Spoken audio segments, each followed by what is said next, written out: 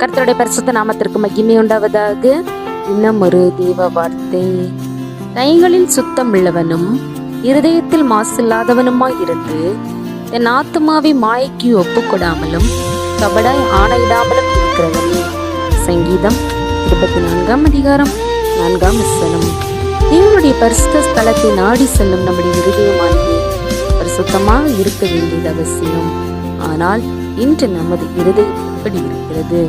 சுத்தமும் செம்மையும் கர்த்தரின் வசனத்தால் நிறைந்ததாக இருக்கிறதா, அல்லது மாறுபாடும் கசப்பும் கடினமானதும் எல்லா துர்க்குணமும் நிறைந்ததாக இருக்கிறதா? கிறிஸ்து வாழும் நமது இருதயம் இப்படிப்பட்டதாக இருக்கிறது. எதனால் நிரம்பி இருக்கிறது? எல்லாமே இருதயத்தில் தானே ஆரம்பிக்கிறது. ஆகவே நமது இருதய சுத்தத்திற்காக தினமும் ஜெபிப்போமாக. தேவ வசனத்தால் நமது இருதயத்தை சுத்திகரித்துக் கொள்வோம்.